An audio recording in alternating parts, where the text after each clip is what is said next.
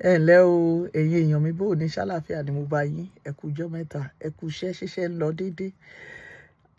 Ṣe rí kéèsì tèmi yìí, ẹ gbọ́ kéèsì mi báyìí ẹ máa wò pé as how bí slang àwọn ọmọ Gen Z, as how now lẹ́ máa sọ pé bó o láti dé yìí, bó lọ̀rọ̀ já sí yìí, bó lọ̀rọ̀ yìí ti dì báyìí.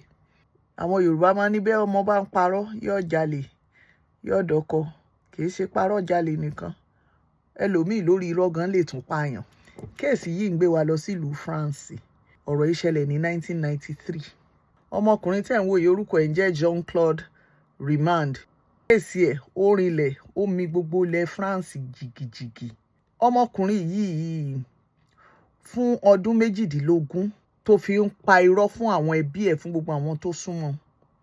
Nígbà tí irọ́ yẹn fẹ́ wá lu jáde, kàkà kí ó sì jẹ́ káṣírí ó tú, ibi tó ti ń bo irọ́ yẹn, ṣé àwọn kẹ́tẹ́ yẹn bá ti parọ́ kan, ọ̀pá mi, ó ti wá bò ó ti parọ́ tó wá jẹ́ pé kò wá sọ́nà àbáyọ kankan mọ́. Kàkà káṣírí ó tú, ó wá rò pé kàkà kílẹ̀ kú ilẹ̀ ọ̀ṣà. Ó gbé ìgbésẹ̀ kan tó ní agbára tó jẹ́ pé èèyàn 5 ló gbàbẹ̀ sọdá. Àwọn wo ló pa? Kí ló ṣẹlẹ̀? Ẹ máa bá mi ká lọ. Ọmọkùnrin Jean-Claude yìí fún bí ọdún 18 ló fi ń parọ́ fáwọn èèyàn pé dókítà lòun, tóun ń ṣiṣẹ́ pẹ̀lú World Health Organization, ìyẹn WHO. Ọmọkùnrin yìí ó lọ sí iléèwé ẹ̀kọ́ àgbà Lyon University ní France. Ọ̀rọ̀ yìí ṣẹlẹ̀ ní 1974. Ọ̀rọ̀ yìí gangan bẹ̀rẹ̀. Ó yẹ kó lọ fún ìdánwò kan, ó ti wà ní ọdún kejì, ó dẹ̀ yẹ kó ṣe ìdánwò. Wọn sọ ohun tó jẹ́ kó ṣaláì lọ ìdánwò ọjọ́ yẹn, bóyá ó sùn gbàgbé ni, bóyá àdí kan ni, fúndì kan àbí méjì ṣá, kò ṣá lọ síbi tó yẹ kó ti lọ ṣèdánwò. Ṣebí béèyàn bá sì fẹ́ ṣèdánwò, bí ò bá rí i ṣe, tó bá sì jẹ́ pé bóyá kò yege, wọ́n sì ní ó tún kíláàsì kà, ṣebí yóò tún kà. Kàkà kí Jean-Claude kó tún kíláàsì yẹn kà, ó wá bẹ̀rẹ̀ sí ní pa irọ́ fún ọdún 12 ló fi wà níléèwé tí ó ń gbowó, tí ó ń sọ fáwọn òbí ẹ̀ pé òun wà níléèwé, òun ti di dókítà, òun ń ṣe rẹ́sídẹ́ǹsì, òun ń ṣe kinní kan, òun ti kàwé tán. Ó fi ọdún 12 ka year 1 tí ò sì sọ fẹ́ni kankan. Ó sì ń rìn kiri inú ọgbà, ó sì ń gbowó lé, yóò sì mọ́ lọ kíláàsì pẹ̀lú àwọn tó kù. Àmọ́ kò ṣèdánwò kankan nítorí pé ìdánwò ẹ̀yọ kan tó yẹ kó ṣe tí ò ṣe, tó yẹ ó bọ́ sí ọdún kejì tó yẹ ó ṣe tí ò ṣe yẹn, kó dẹ̀ jẹ́wọ́ pé nǹkan báyìí ló ṣẹlẹ̀, wọ́n mọ̀ gbà béèyàn bá yẹ kó ṣèdánwò tí ò bá ṣe, àyè wà fẹ́ nìyẹn láti tún ṣe. Èmi ò rírú eléyìí rí o. Kàkà kí Jean-Claude kó tún dánwò ṣe, ó wá ń fi irọ́ borọ́.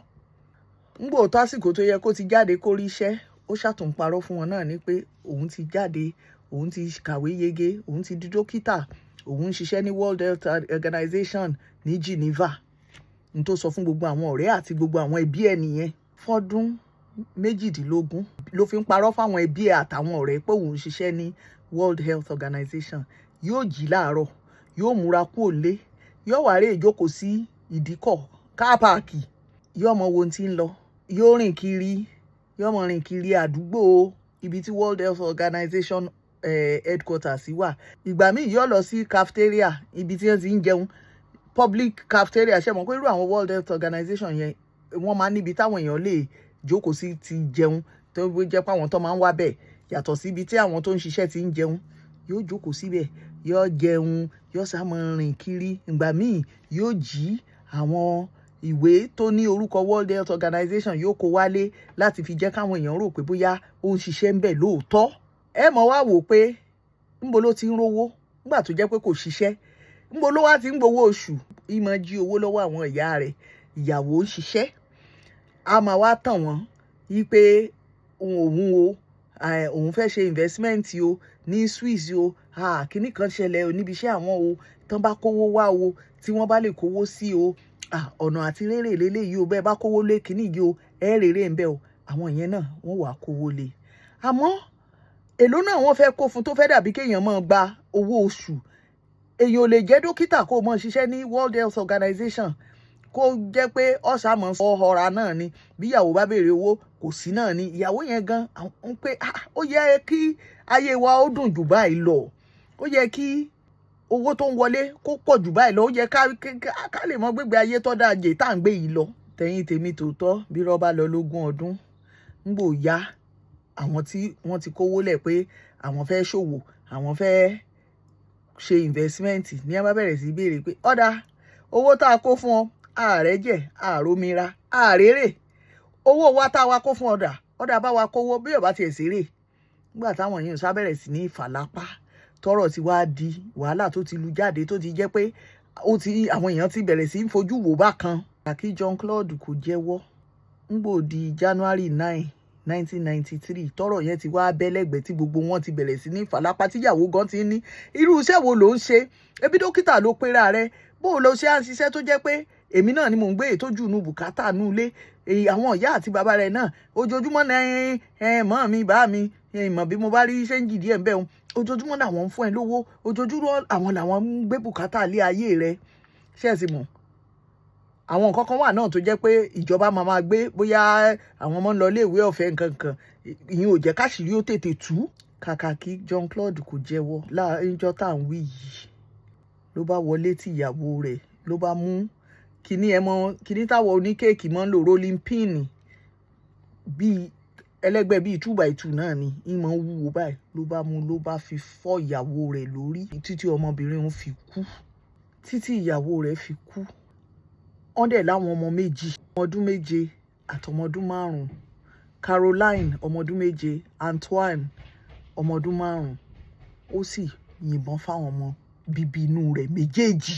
Nígbà ó ṣe yún tán ló bá tún bọ́nú ọkọ̀ ó bá lọ lé ìyá àti bàbá rẹ̀ ìyá àti bàbá tó bí lọ́mọ ó tún gbébọn fún ìyá àti bàbá ẹ̀ wọ́n lájà nú ilé ó pa ajá ìyá àti bàbá ẹ̀ náà lórí pé káṣírí máa lu síta yìí náà ni o. Ẹ wá mọ pápánbárì olórí ibú ọ̀lẹ alápámọ̀síṣẹ́ yìí àjẹgboro dàgbà yìí ṣe mọ̀ pé ó tún yànlè ó tún lóbìnrin tó ń fẹ́ yàtọ̀ síyàwó inú ilé ẹ̀ yóò lẹ́yànlé bó ni ò ṣe ní yànlè ńgbọ́ bá tọrọ owó ń bí tó gbà lọ́wọ́ ìyá tó gbà lọ́wọ́ bàbá tó gbà lọ́wọ́ ìyàwó ilé ẹ mọ̀ pé tó ti gbà lọ́wọ́ àwọn ọ̀rẹ́ yóò tún nasẹ̀ síta náà yóò mọ̀ gbà káàkiri ni kó máa di pé bóyá ó ti ń gbà jù lọ́wọ́ ìyàwó yóò gbà lọ́wọ́ ẹni tí ń fẹ́ ó ti gbowó lọ́wọ́ yẹn náà yíyún náà fẹ́ ṣe nu investment. Nígbà tó délé yẹn ló bá fẹ́ pa yẹn ó gbìyànjú ẹ̀ àmọ́ obìnrin bá fà á ìyún bá wọ dìmú nígbà ìdìmú ń pọ̀ ó bá fi obìnrin ń lẹ̀ ó bá padà lọlé nígbà ó padà délé ó bá dáná sí ilé tó ti pàyàwó àtàwọn ọmọ sí ni o nígbà ó dáná sílé ó wá pé oògùn jẹ ó fẹ́ parẹ́ àmọ́ iná tó dá sílé yẹn àwọn ará àdúgbò ti pa àwọn panápaná ti dé wọ́n bá ṣàwọ̀ jáde kò bá ṣàkúṣá. Lẹ́yìn bí ọdún 3 tí ọ̀rọ̀ yẹn ti ṣẹlẹ̀ ṣe mọ̀ pé kì í ṣe ojú ẹsẹ̀ náà ni wọ́n ṣe ẹjọ́ àwọn ọlọ́pàá ó ṣèwádìí gbogbo bọ́rọ̀ ṣe rí nǹkan nígbà táwọn ọlọ́pàá ṣàṣèwádìí títí lẹ́yìn bí ọdún 3 ń gbòdì 1996 wọ́n bá ṣá ní ó jẹ̀bi ẹ̀sùn apààyàn lọ́nà 5 wọ́n sì fi sẹ́wọ̀n gbére wípé àmọ́ yóò lo ọdún 22 22 years security period pé kó tiẹ̀ tó di pé bóyá káwá jálẹ̀ ni o. Ibú rẹ̀ ń gbò dẹ́wọ̀n tán ó sá lóhùn gbẹ̀sìn òun di mọ́ǹkì lẹ́yìn ọdún 26 26 years ṣe mọ̀ pé wọ́n ti ní yóò lo 22 kan tiẹ̀ tó gbọ́ pé bóyá wọn ò túlẹ̀ rárá ńgbò sì ti gbẹ̀sìn títí ṣe bí èèyàn gidi àwọn tí wọ́n máa ń wò nìyẹn àwọn parole board ní tí wọ́n máa ń wò nú pé irú èèyàn wo ni irú ẹlẹ́wọ̀n wo ni báwo ló ṣe lẹ́wọ̀n ṣó ṣe dáadáa ṣé kìí ṣe jàgídíjàgan ṣé kò jà ṣé kò ṣe ṣó ń tẹ̀lé òfin ṣó ń ṣe dáadáa ṣó ń fi hàn pé òun ti ronúpìwàdà àwọn nǹkan tí wọ́n máa ń wò nù. Lẹ́yìn ọdún 26 26 years wọ́n wá fi sílẹ̀ ó ti wá pé 65 mi mọ̀ 65 Yorùbá mi mọ̀ 65 Yorùbá yìí ò ní 2019 àmọ́ kì í ṣe pé wọ́n kàn túlẹ̀ lásán o ó ní àwọn nǹkan kan tí ò gbọdọ̀ ṣe títí di 2022 ọdún 3 ló fi wọ electronic tag ńgbò di 2022 ní wọ́n yọ kíní yẹn lẹ́sẹ̀ wọ́n ń ṣọ lápá ṣọ lẹ́sẹ̀ wọ́n gbọ́dọ̀ mọ bí ó rìn sí. Ara àwọn òfin tí wọ́n sì fi dè nígbà wọ́n túlẹ̀ ni pé kò gbọ́dọ̀ lọ sí agbègbè ibi tí àwọn ẹbí ẹ̀ ń gbé, kò gbọ́dọ̀ polongo ara rẹ̀, wọn ò gbọ́dọ̀ gbọ́ fín rẹ̀, kó wà láyé bí aláìsí ni ìyún bẹ́ẹ̀. Àmọ́ wọ́n sọ àwọn àdúgbò tí ò gbọ́dọ̀ dé títí láéláé, kò sì gbọ́dọ̀ ní òun fẹ́ bá àwọn ẹbí ẹ̀ sọ̀rọ̀ débi pé òun fẹ́ kọ̀wé sí wọn, òun fẹ́ bẹ̀ wọ́n ni, kò gbọ́dọ̀ ní nǹkan kan ṣe pẹ̀lú wọn, kò gbọ́dọ̀ débi wọ́n ń gbé, wípé kò sì gbọ́dọ̀ pa owó kankan lórí ohun tó ṣẹlẹ̀ yẹn, kò sì gbọ́dọ̀ sọ̀rọ̀ ń pa ẹ̀ pẹ̀lú oníwèé ìròyìn kan lẹ́nu kan ṣáúṣà wà ní ibì kan tó ń gbé ayé tó ń gba pension. Ẹ lè gbà pé wọ́n ń fún pension €800 lóṣù, ẹni tó yẹ kébi ó pa kú àbẹ́ ẹ̀rọ lọ́hùn.